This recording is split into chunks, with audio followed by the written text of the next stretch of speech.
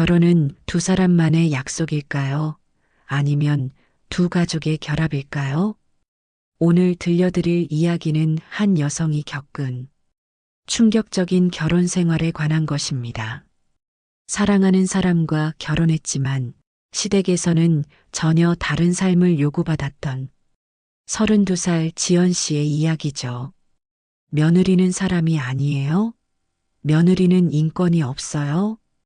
이 절규가 나올 수밖에 없었던 상황은 과연 무엇이었을까요?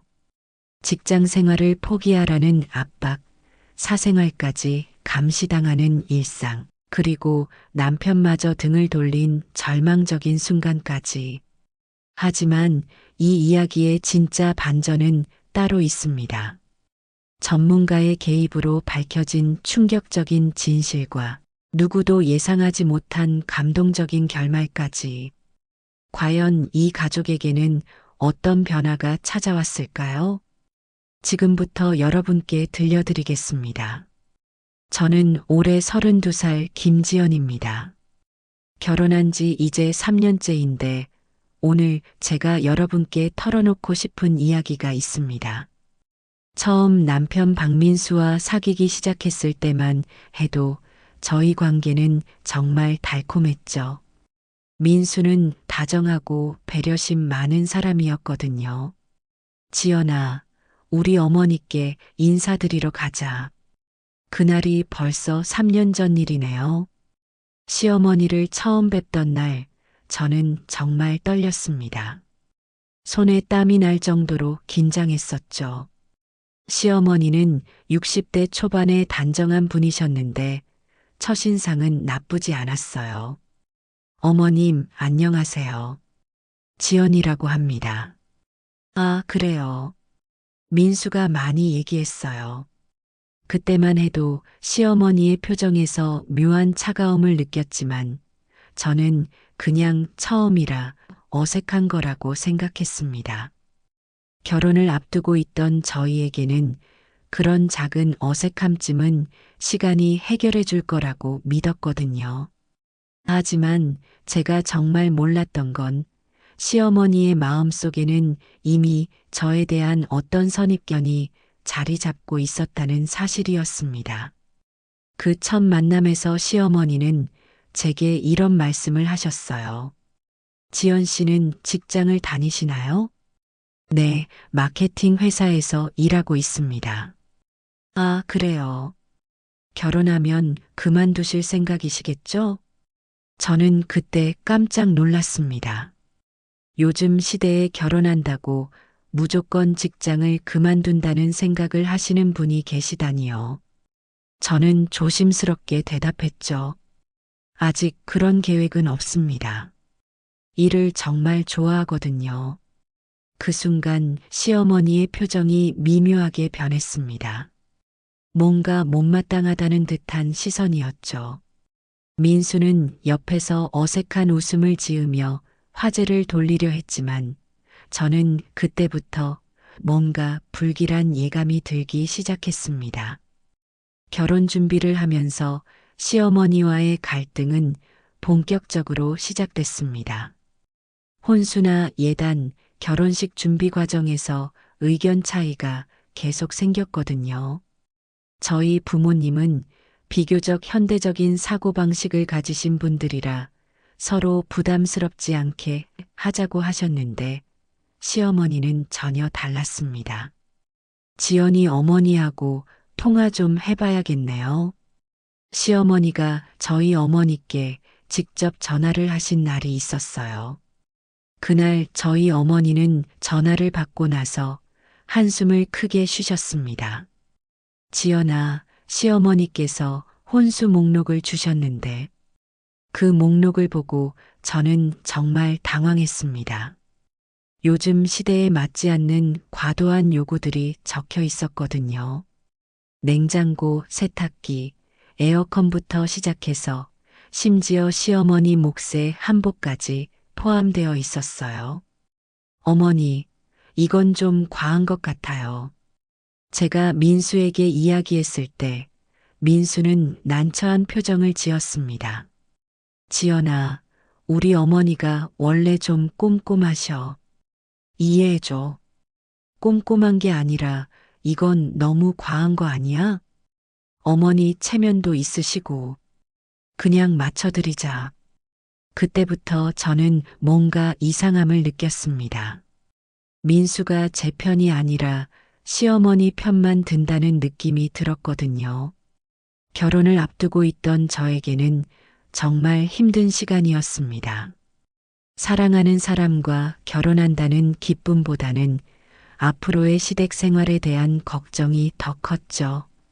결국 저희 부모님이 경제적으로 무리를 하시면서 시어머니의 요구를 대부분 맞춰드렸습니다. 하지만 그 과정에서 저는 시어머니가 저를 어떻게 생각하고 계시는지 알 수 있었어요. 저를 하나의 인격체로 보시는 게 아니라 그냥 며느리라는 역할만 보고 계신다는 걸 깨달았습니다. 결혼하고 나서 진짜 시어머니의 모습을 알게 됐습니다. 저희는 신혼집을 따로 얻었지만 시어머니는 거의 매일 연락을 하셨어요. 처음에는 며느리를 걱정해서 그러시는 줄 알았는데 알고 보니 제가 뭘 하는지 일일이 체크하려는 거였습니다. 지연아, 오늘 민수 점심은 챙겨줬어? 민수가 회사에서 먹는다고 했는데요. 그래도 도시락을 싸줘야지. 밖에서 사 먹는 건 몸에 안 좋아. 이런 식으로 제가 하는 모든 일에 간섭을 하셨죠. 청소는 어떻게 했는지, 빨래는 언제 했는지, 심지어 저녁 메뉴까지 물어보셨습니다. 가장 충격적이었던 건 시어머니가 갑자기 집에 오신 날이었어요. 그날 저는 회사에서 야근을 하고 집에 늦게 들어갔는데 시어머니가 이미 와 계시더라고요. 민수가 열쇠를 드렸나 봐요. 어머님, 언제 오셨어요? 아, 지연이 왔네. 집이 좀 어수선하네요. 저는 그때 정말 당황했습니다. 집이 어수선하다니요? 물론 완벽하게 정리된 상태는 아니었지만 그렇다고 지저분한 것도 아니었거든요. 그런데 시어머니는 마치 제가 집안일을 제대로 안 하는 며느리라는 식으로 말씀하시는 거예요. 직장 다니느라 힘들겠지만 그래도 집안일은 소홀히 하면 안 되지. 죄송합니다. 오늘 야근을 해서 야근을 자주 하시나요? 그 질문에서 저는 시어머니의 진짜 속마음을 알 수 있었습니다. 제가 직장을 다니는 것 자체를 못마땅해 하고 계시는 거였어요. 시어머니의 생각에는 며느리는 집에서 살림만 해야 한다는 고정관념이 뿌리 깊게 박혀 있었던 거죠. 결혼한 지 1년쯤 됐을 때 시어머니의 압박은 더욱 노골적으로 변했습니다. 명절 때마다 친척들이 모인 자리에서 저에게 이런 말씀들을 하셨거든요. 지연이는 언제 아기 가질 거야? 요즘 여자들은 다 늦게 낳더라. 직장 다니면서 아기 키우기 힘들 텐데. 처음에는 그냥 어른들의 관심 표현이라고 생각했습니다. 하지만 시어머니의 말투에서 은근한 압박감을 느낄 수 있었어요. 지연아, 우리 한번 얘기해 보자. 어느 날 시어머니가 저를 따로 부르셨습니다. 그날의 대화는 지금도 생생하게 기억납니다. 지연아, 결혼한 지도 1년이 넘었는데 아직 임신 계획은 없어? 아직은 서로 일도 바쁘고 좀 더 준비하고 싶어서요. 준비가 뭐가 필요해?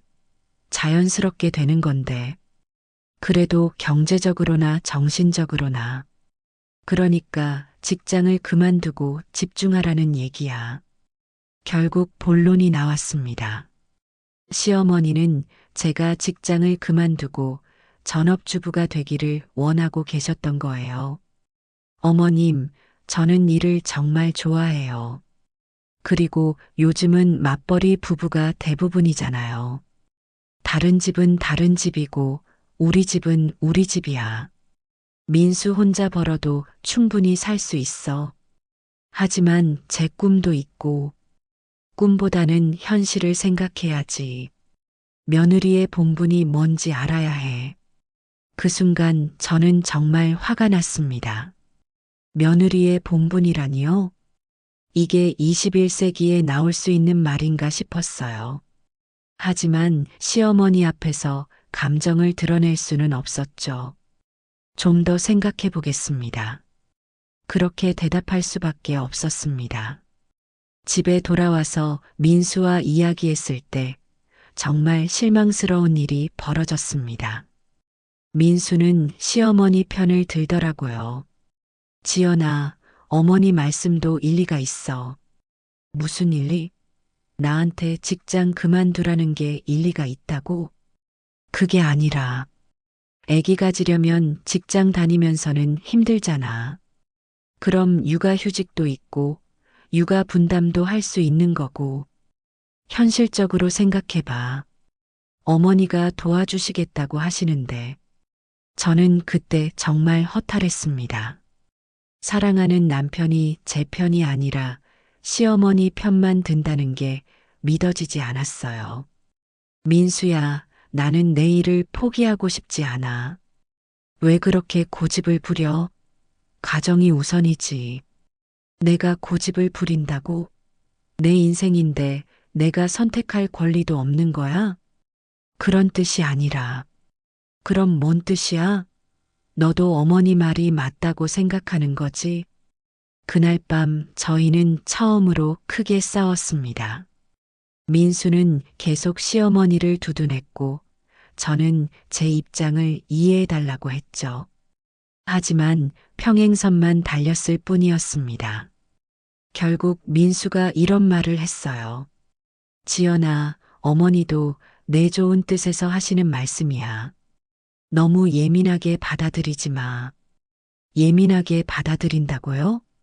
제 인생의 중요한 선택을 두고 예민하다고 말하는 남편을 보면서 저는 정말 절망감을 느꼈습니다. 이 사람과 결혼한 게 과연 옳은 선택이었을까 하는 생각까지 들었어요. 그날 밤 저는 잠을 이룰 수가 없었습니다. 제 옆에서 잠든 민수를 보면서 이 사람이 정말 제가 아는 그 다정한 사람이 맞나 싶었거든요. 시간이 지날수록 시어머니의 간섭은 더욱 노골적이 됐습니다. 제가 출근하는 시간, 퇴근하는 시간까지 체크하시더라고요. 심지어 제 회사 동료들과의 모임에도 간섭하기 시작했어요.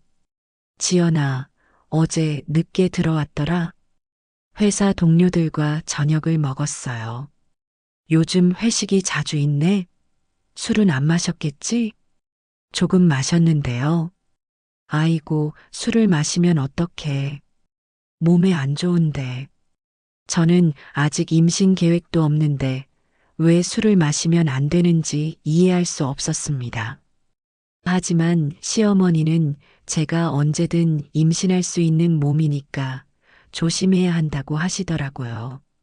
가장 황당했던 건 시어머니가 제 직장 상사에게 연락한 일이었습니다. 어떻게 연락처를 알아내셨는지는 모르겠지만 갑자기 제 팀장님이 저를 부르시더라고요. 지연 씨, 혹시 집안에 무슨 일 있어요? 아니요, 왜 그러세요? 시어머니 분이 연락하셔서 지연 씨가 야근을 너무 많이 한다고 몸 상할까봐 걱정된다고 하시던데요. 그 순간 저는 정말 부끄러웠습니다.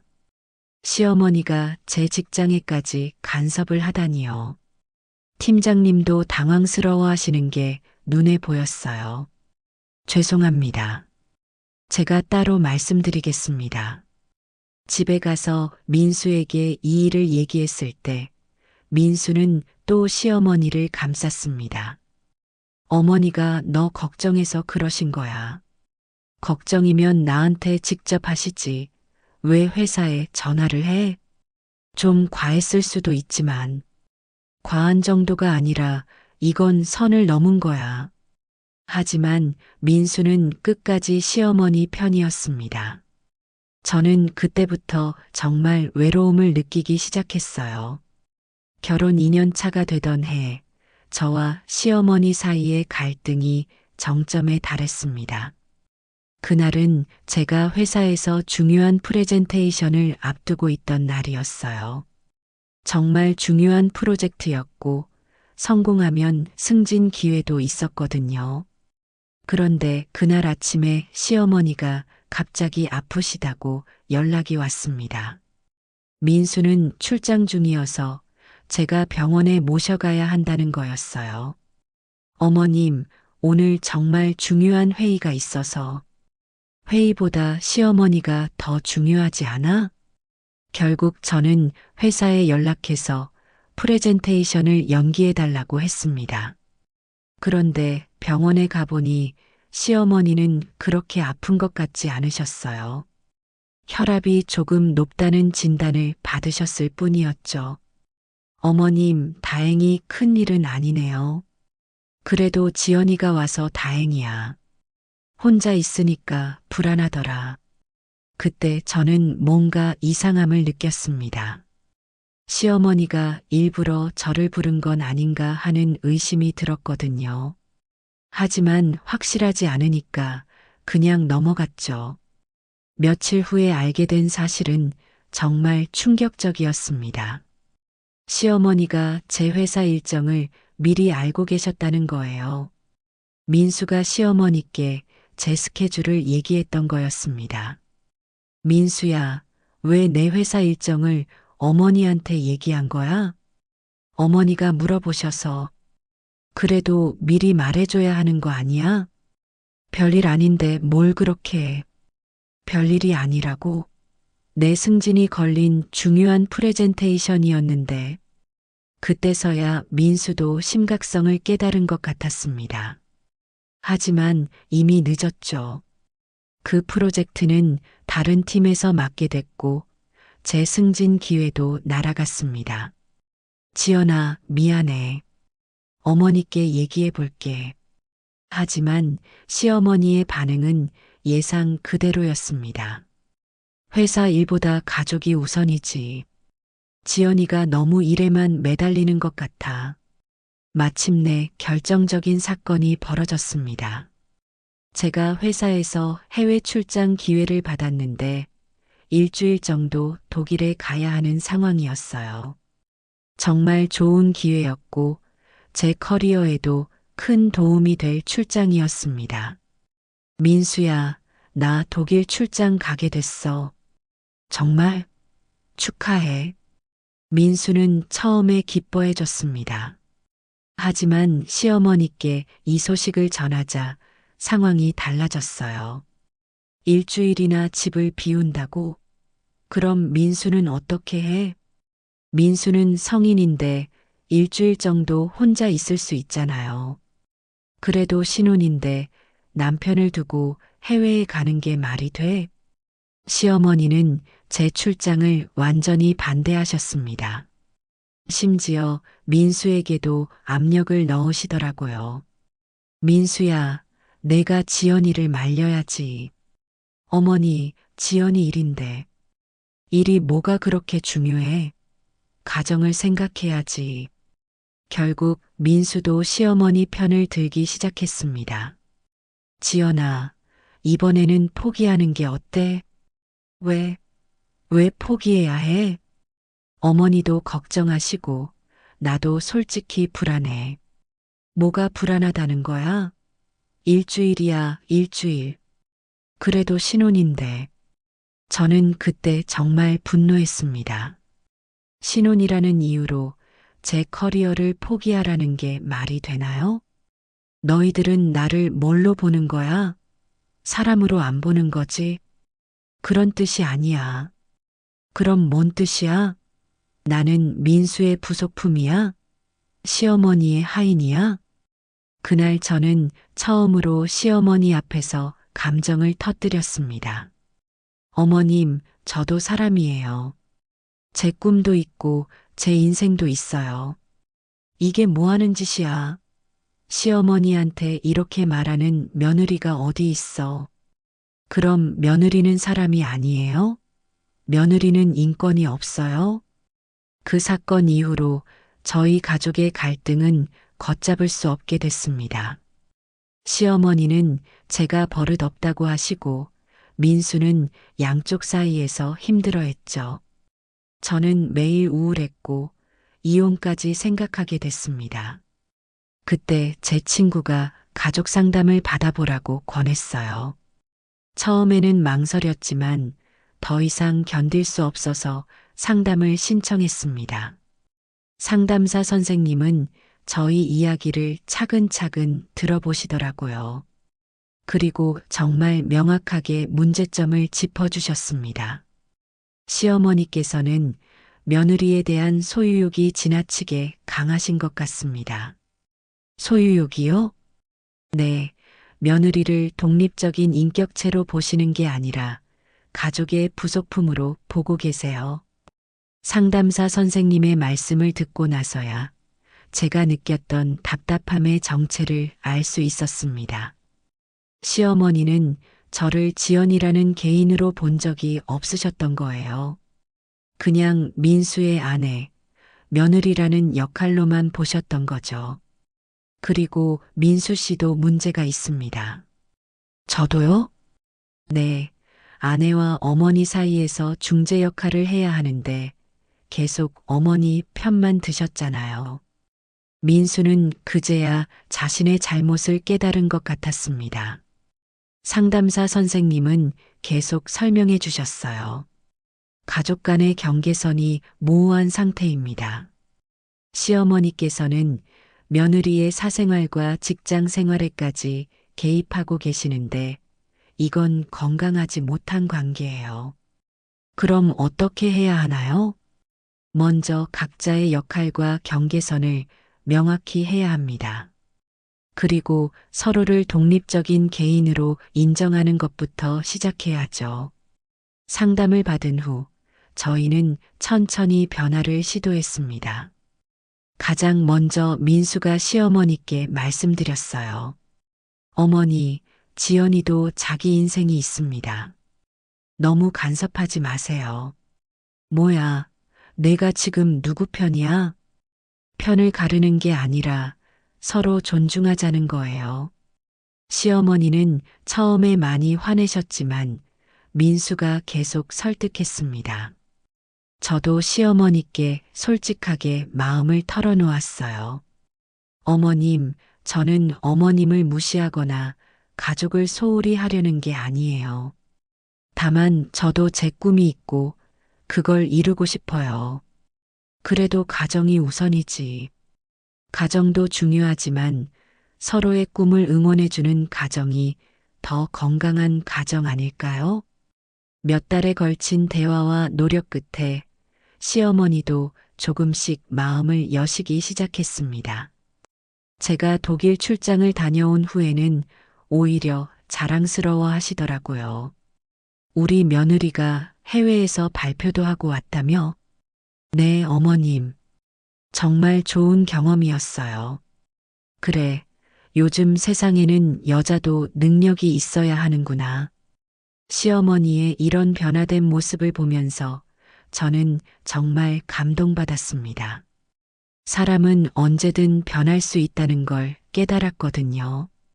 지금은 결혼한 지 3년이 지났지만 저희 관계는 예전보다 훨씬 좋아졌습니다. 시어머니는 더 이상 제 일정을 일일이 체크하지 않으시고 제 직장 생활도 응원해 주세요. 민수도 이제는 제 편에서 저를 지지해 줍니다. 물론 아직도 가끔 의견 차이는 있습니다. 하지만 이제는 서로 대화로 해결하려고 노력해요.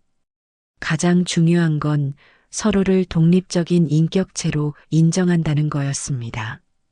저는 지금도 제가 좋아하는 일을 계속하고 있고 최근에는 승진도 했어요. 시어머니는 제 승진 소식을 듣고 정말 기뻐하셨습니다. 지연아, 축하해. 정말 대단하다. 감사합니다, 어머님. 처음에는 내가 너무 고집스럽게 생각했나 봐. 미안해.